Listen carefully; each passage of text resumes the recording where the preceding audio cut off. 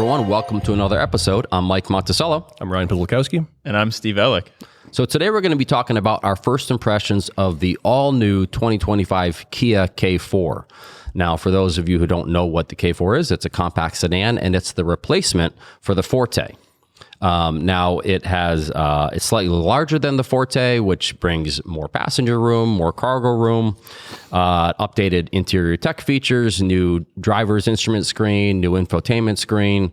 And while there's a lot new going on, actually, the powertrains are basically carried over. So that includes the base 2-liter 4-cylinder that's mated with a continuously variable transmission, or the up-level 190 horsepower 1.6-liter that's mated to an 8-speed automatic. We bought a 2025 Kia K4 LXS, which that's the second tier of the 5 trims that are available. So it has that 147 horsepower 2-liter 4-cylinder, the continuously variable transmission, and front-wheel drive. And along with the one option, which was carpeted floor mats for $175 and the destination charge of $1,155, the total cost of our test vehicle is $24,320. That's amazing. Yeah. That's really amazing. Yeah. And get this, there's more to it than that, folks. In terms of active safety and driver assistance, the K4 comes standard with automatic emergency braking with pedestrian detection, automatic emergency braking that operates at highway speeds, lane centering assistance, lane departure warning, lane keeping assistance, adaptive cruise control, and automatic high beams.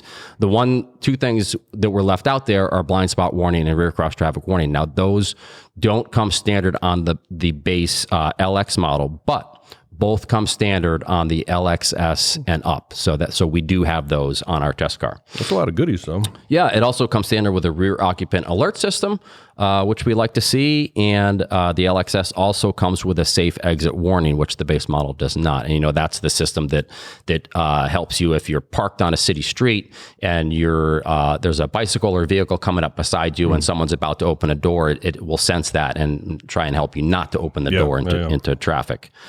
Okay, so you guys kind of reacted to that $24,320. Well, isn't that like almost half of the cost of an average car? Average basically. Car isn't that like literally half almost? It's sad for one, but that's also pretty nice. I think you can still buy something, which we'll talk about, is pretty nice for that kind of money. And the thing about this K4 is you're not really giving up that much. It has a lot in it for that price too. Yeah. It's not like, it used to be, subcompacts used to be, okay, it's cheap, but then you're giving up a bunch of basic necessities. In this, you're not. It has everything. 100%. And it is a little bigger, like you said. It's a little bigger than the Forte. And the Forte wasn't terribly small, but this is like a kind of a good sized car, I think. Yeah, I like the Forte too, and this is just improves on that. You get some kind of entry level cars these days that you are giving up. Well, you're either giving up the way it performs, or you're giving up interior stuff, right? Like we've had some vehicles with actual keys that need to be inserted into the ignition. Now, honestly, I kind of like that because it's a good place to store the key fob.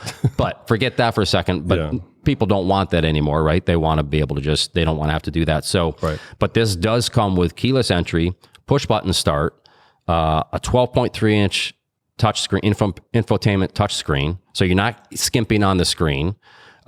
Standard wireless Android Auto and Apple CarPlay.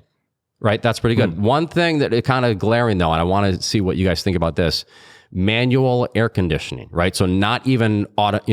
Forget dual zone. Which means just separate temperature controls for the front occupants. But like you can't set it to a temperature. You're setting it to kind of you're just basically adjusting it. Do you want it colder or hotter? That's as simple as that. Does that bother you guys? I kind of liked it. You kind of liked it? I mean, I don't mind the manual, because I could just, set it to whatever I want. Sometimes I feel like a automatic climate control that doesn't work as well. You set it to a certain degree, 68, and then it's like hot. That's almost more annoying. It's cold. It's more annoying than this. I know what I'm setting it at. I know what temperature this setting is at. Other than the controls for setting it in this, I didn't really like the buttons, actual buttons to set it in this, but the manual climate itself, I did like. It didn't bother me, to be honest. It didn't bother me either. It's funny though, because kind of what Steve just said, but also like it's simple to use. I mean, that's where cars used to be. When I first started driving cars, that's what all we had. It was physical controls. They're not on a touchscreen. I don't know. I don't mind that. I think they have to leave room somewhere for like the next tier, or like from a value standpoint, they have to like leave some stuff out. I guess I don't. Right. If they give you everything in this. Why automatic climate control is available on the 3rd tier EX and higher. But I agree with you guys. Even when the car has automatic climate control, maybe because my body's weird, but I'm always adjusting the temperature. I'm never happy with what it's at. I'm always wanting it hotter or colder. So what's the difference? I'm doing the same thing here. I just don't know what it's theoretically set to. I don't know if it's set to 70 or 68. What do I care if I'm too hot? I make it one colder. And then you're saving money and by it being manual. Right. This wouldn't stop me from buying this trim. I guess, that's my point, I guess. Yeah. So I'm going to mention one other practical aspect, because we're talking about a lot of practical stuff here, and that's the EPA fuel economy of our test car is rated at 29 miles per gallon city, 39 miles per gallon highway, or 33 mpg combined. That's the EPA rating, okay? So we talked about a lot of practical stuff, but let's talk about what is it like to drive, because that's pretty darn important too. Did you like driving it, Ryan? Yeah, it's nothing exciting. I didn't think it was like, it's not a Civic in terms of handling and not fun like that, but it just kind of does everything well. It rides really well, I thought. I think it actually one of the better ones in that class. It does. Right? I mean, I was actually shocked when I drove it. I was like, this is a rather comfortable car. That class of cars doesn't lend themselves to like the most comfortable riding suspensions, but this one's good. Yeah, the steering's a little slow. It's relaxed. I like the word relaxed. It's not bad by any means, but it's just not sporty, right? Yeah, I mean, your point of it's not as sharp as a Honda Civic. No. But you're getting that benefit of the good ride. It seems like they tuned it more for the ride than for the handling, which again, handling's not bad. Yeah, it's just not great. Yeah, a little more of a commuter, which I agree. What did you think of the powertrain, Steve?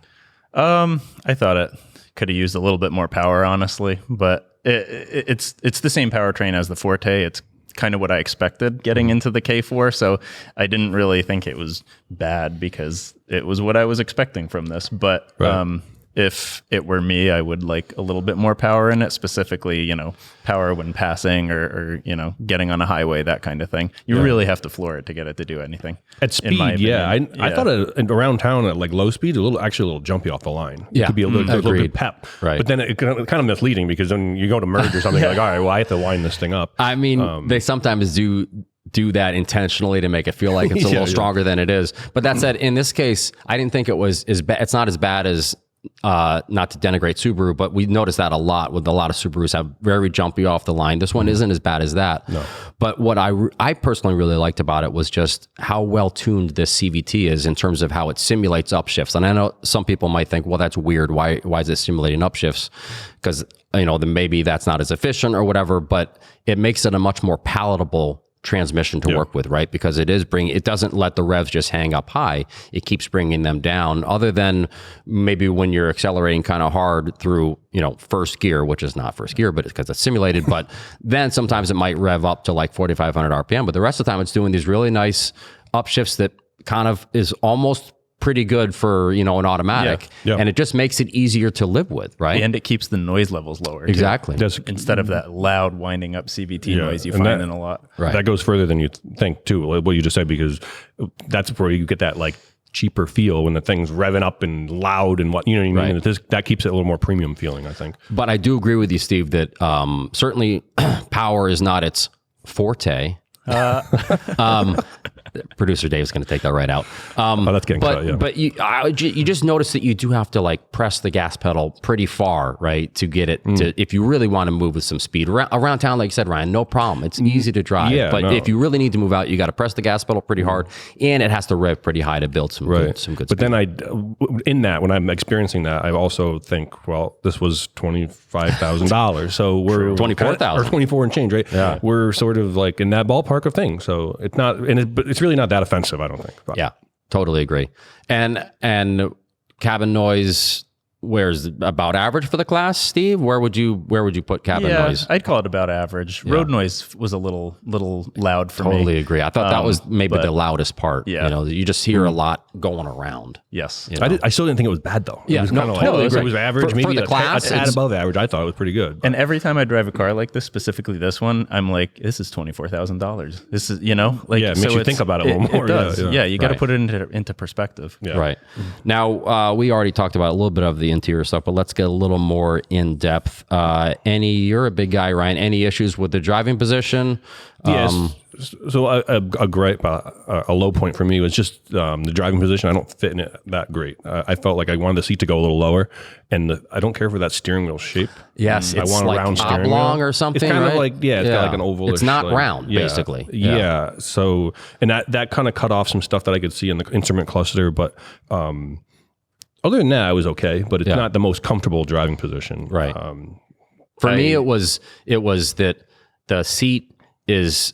The bottom cushion's like too horizontal, and because it's all manual controls, it doesn't have the ability to tilt the bottom cushion up. So you're stuck. Yeah. I thought the seat probably was, if I could do that, it would make the seat a lot more comfortable. But it kind of affected the driving position. Did you have any issues? Center console intrusion or instrument screen being blocked by the steering wheel? It's kind of a big, Ryan's tall and I'm shorter, and neither of us really fit in this car very well. I couldn't find a very comfortable position for myself. And this goes more to like, you should test drive the car and make sure it's right for you. Right. For me, I have really long legs, relatively speaking. No one likes a bragger.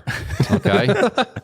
So I couldn't find really a comfortable position when I was far enough away from the pedals for my legs. Yeah. Then the steering wheel and the screen were out of reach for me. If I go closer and the steering wheel and the screen are within reach, then my knees are So I couldn't really find that good of a position in this. I didn't like that. The seat itself, though, it had pretty good thigh support. Like it was a long cushion on the bottom. It has a good bolster support.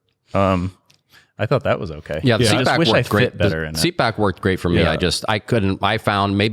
think because I sit pretty close, right? So now my legs are bent. Yes. I think that's what's happening. And now I can't move the bottom cushion up. So even though the seat is nicely shaped, I'm not getting the benefit of it because I'm too bent. In terms of just seat comfort alone, I think if it was a powered seat, it'd probably be pretty good. I think so too. It'd allow you to make those little micro adjustments. But so the seat's not bad. It's just a matter of, Right. I mean, for position, I guess, the steering wheel is just, I don't care for that shape. And, So you definitely got to sit in the car. You do. And it is with any car. I tell people this all the time. Like, just go sit in one, go drive it, because we are all physically. That's a hard thing to rate because we're all different shapes and sizes, right? So I can't tell you if you're going to like it or not. But it is. Can we agree that it's getting pretty annoying? All these Kias and Hyundais that we keep driving, where the headlight icons, the turn signal icons, and usually some other items as well, are typically blocked by the steering wheel rim if you have it in a kind of lower, slightly more comfortable. No one wants to be driving in a bus-like position, right? Yeah. So that's getting a little annoying, right? Yeah. Okay. I mean, it's blocked out in this car. For me, that's a common issue in every car for me these days. I feel like everything, no matter how I run into it more often than not too. Yeah. So. You're a family man. Let's talk rear seat. Rear seat, So from a child seat perspective, it's quite good. There's a decent amount of room. The seat bottoms are flat, which is, I guess, pretty good for installing the child seats. Not so good if you're sitting in it as an adult. But yeah, we fit in it. Yet for a small car, you could fit two child seats in it quite well and relatively comfortably sit in front of them as well. Yeah, was there enough room in the front seat? Enough. There's been worse. And if this is the car that you're buying a car for $24,000 and you have two child seats, you can make it work. That's pretty good though. Yeah. When you think about that. Yeah. And I thought it was pretty good in terms of space. It's actually pretty good for a car this size. The only limiting factor being headroom. Like, I'm not a very big guy, but I do have kind of a longer torso, and I had maybe an inch or so of headroom left over. But everything else was pretty good in terms of, there's really good knee space because it is reasonably long car. It's a longer car. Yeah. I've had knee room, headroom. I ran into an issue with, but you can make it work. I mean, you could put 4 adults in a car, no problem. Yeah, and I thought under leg support was pretty good, even though just because the cushion's high enough, the bottom cushion's high enough off the floor that there is some support.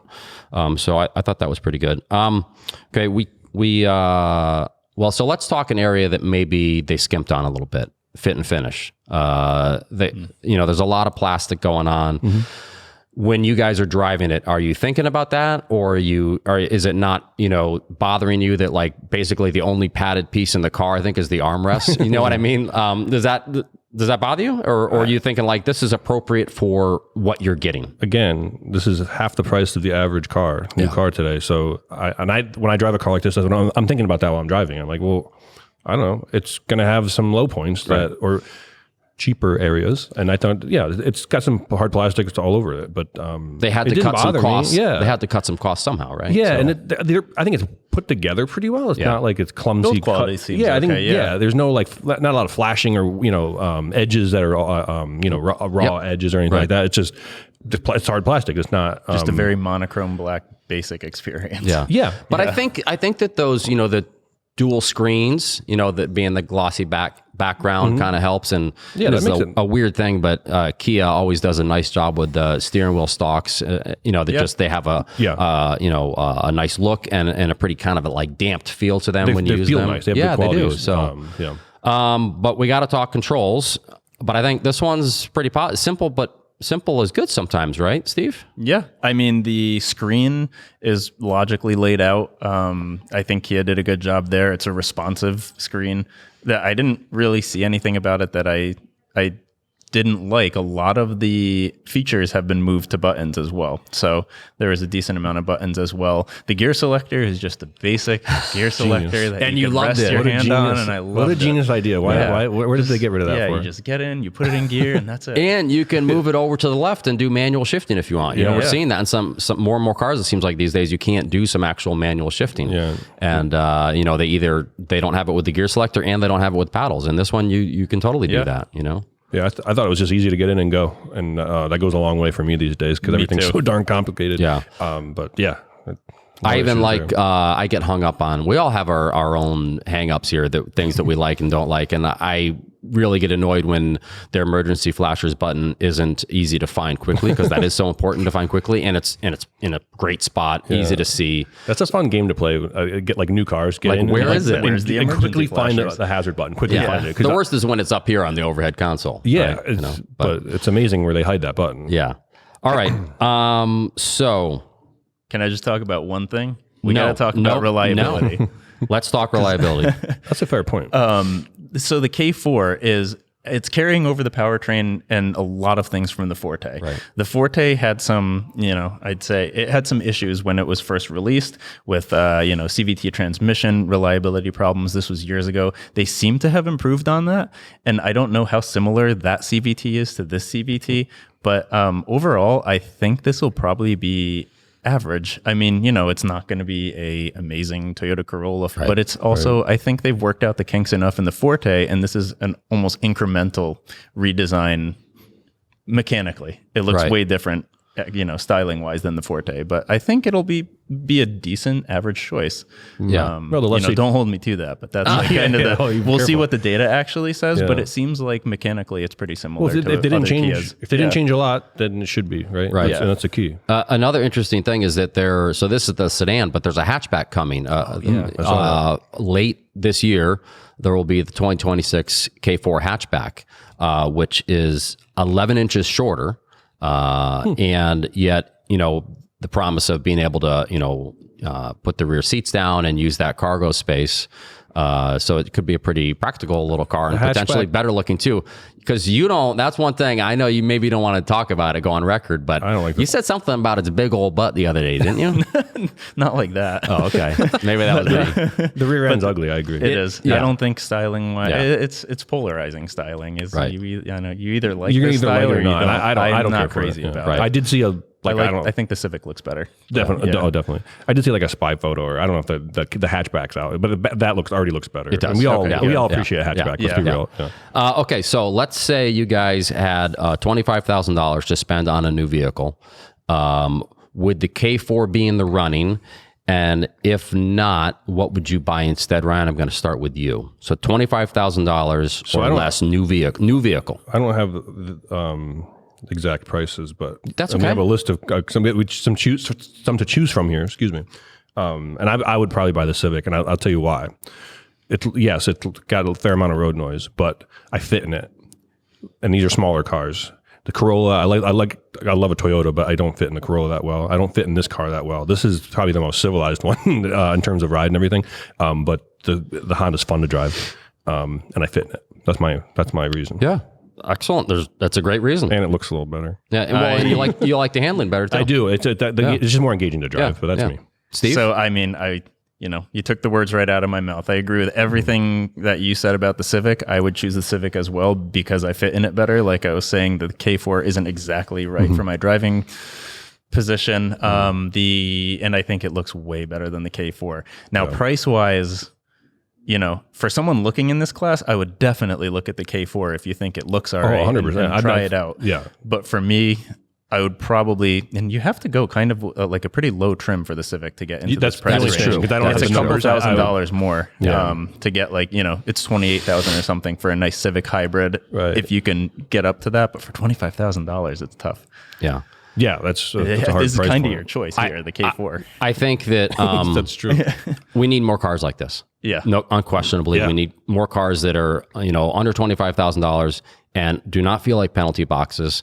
And provided you fit in it, the driving position works for you, this is a darn good car. But personally, I would go with a Mazda 3. It's just, for me, it's just, again, kind of what you're talking about, more engaging handling, better steering, still a pretty decent ride, an actual, conventional 6-speed automatic. And you might say a 6-speed automatic, that's really old, but it doesn't matter if it works well, right? And it's a really well-tuned. So I would go with that, and a little more power too. I think 191 horsepower.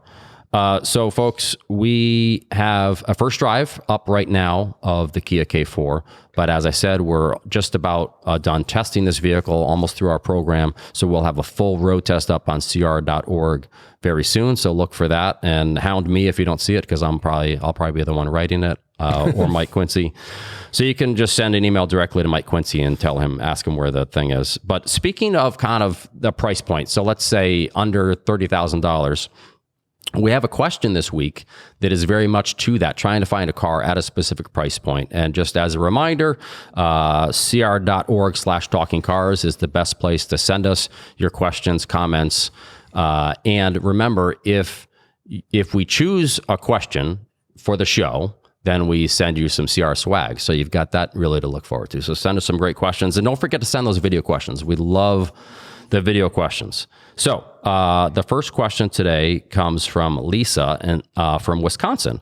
And Lisa says, I'm not sure why I went Wisconsin, but anyway, I'm curious about your recommendations for a new good commuter car under $28,000 with 40 plus MPG, good reliability, and would like to add a hitch to put a bike rack on for weekend rides.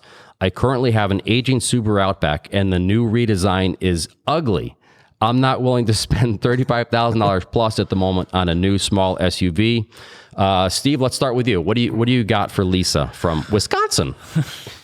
This is a tough question with the 40 parameters that she the gave. parameters are crazy. Yeah, it's like, oh boy, what do we you do know here? what it is? It's like a triangle where the typical triangle, you want three things, but you could only pick two. And the three parts of that triangle in this case are price under $28,000, miles per gallon over 40, and new. Yes. I feel like you could pick two of those in every case and be fine. You can get a used car that's 40 miles per gallon, and under $28,000, you get a Toyota Corolla Cross Hybrid or something like that, a used one, because the new ones are upwards of $30,000. Or you can get a Kia K4 for $25,000. But it doesn't have the fuel economy. But it doesn't have the fuel economy. Yeah, no, this is a tough one. Same thing, Chevy Trax. Enough with your excuses, Steve. Okay. Just tell us what you picked for Lisa. I pick for $28,000, I'd pick the Civic Hybrid. Maybe a lower trim, some less equipment so you can get below that $28,000 price point, but that would be my choice. No surprise, as that was my choice. Yeah, it's a great Previously choice. too. For a new car, I couldn't think of anything else other than that. But I will tell you this. I would buy a used Camry hybrid 2020 era for about that kind of money. And now you have a big, comfortable bigger car that will go a long ways reliably. It's used, but that's what I would do. But yeah, great choice. And you can put a hitch on both of those. So, the smaller hitch. Yeah, to that point, you can put a hitch on just about anything. For a hitch-mounted bike rack, you can really do that on just about any car. It doesn't have to be rated to tow to have to put a hitch on for a bike rack, just to be clear. And since no one asked me, I'll tell you my pick was the... Mike, what are you going to pick? Hyundai Elantra Hybrid, okay? Starts at just over $25,000. 48 miles per gallon overall, and above average reliability is what Steve is telling us right now. So on the website. So that's what I would go with. Okay, but anyway, great question. And Lisa, I hope we helped you out a little bit. The next question comes from Lance from Las Vegas, Nevada. And Lance says, with the extra weight from the batteries of HEV, PHEV, and fully electric vehicles that are based on ICE vehicles, what does that do to the cargo carrying capacity? In most cases, the electrification gives it more power, so that part isn't an issue. However, there are still brake and suspension issues that the extra weight could cause. Are manufacturers using different brakes and suspension? Is the cargo carrying capacity noticeably less in these vehicles? Just wondering if this is something to look out for when planning on one of these for loading up with the family and luggage for long trips. And so we did something a little different this time. We just went right to the source. Instead of saying, so I went and talked to, Mike Crossan or Big John, we just, our producer just took a camera right to him. And so here's Mike Crossan's response for Lance. So Lance, you're absolutely right. The high voltage batteries that are in these vehicles do add a lot of weight now. I'll give you an example. The Mercedes-Benz GLC 300 versus the Mercedes-Benz GLC 350e, which is the plug-in hybrid version. The plug-in hybrid version weighs about 900 pounds more than the non-hybrid version. And there are some factors in that. One thing Mercedes did was they put bigger brakes and air suspension on the rear of that vehicle to help take care of that weight. We don't lose any towing capacity or cargo payload, but one thing we do lose is actual physical cargo space. The floor of that vehicle is bumped up a little bit to give a space for that battery to live. So we do lose some inside dimensions, but overall, that particular vehicle can carry the same amount of weight. But again, you're not wrong. There are other vehicles that does change, especially a vehicle that has an ICE platform along with an EV platform, like the Genesis GV70. They've added a lot of structure in the rockers to kind of help carry the extra load of that battery.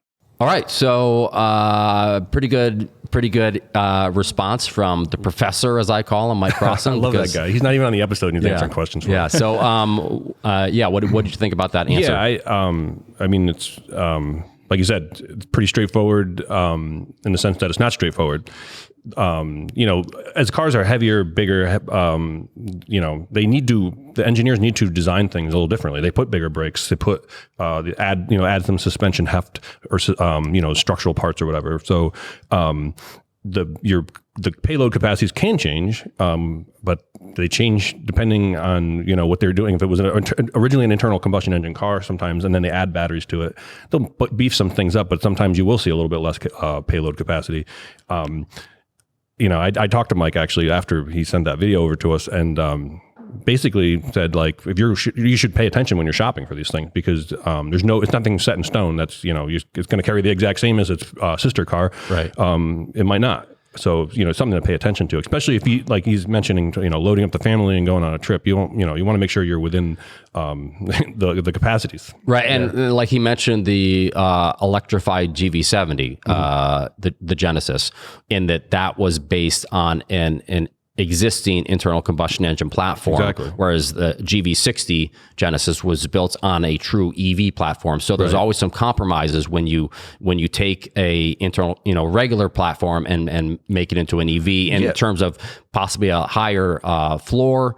So it could affect the driving position, could affect the rear seat room, and maybe even cargo capacity, right? Cargo space, absolutely. So Mike mentioned that in the video, but it's like you said, it's something you should investigate before you buy a car. But we ran into that with our BMW 3 Series plug-in, right? That was pretty noticeable how much the cargo capacity. You open the trunk and the floor is the cargo floor is much higher. The battery's got to go somewhere. Of all the PHEVs that we tested, I think that was the worst. Noticeable. Yeah, that was the most noticeable. You just mentioned it was originally an ICE platform, and then you put batteries in it. Right. The car wasn't designed to be 30% heavier and have all this battery on the floor or wherever they're tucking it in. Where Tesla originally came around with the first what I always call the first a battery car built around a battery as opposed to a battery put into a car. Of batteries. Exactly. In that case. Yeah. So but in all of that, there's adjustments that need to be made, but it's not necessarily going to be the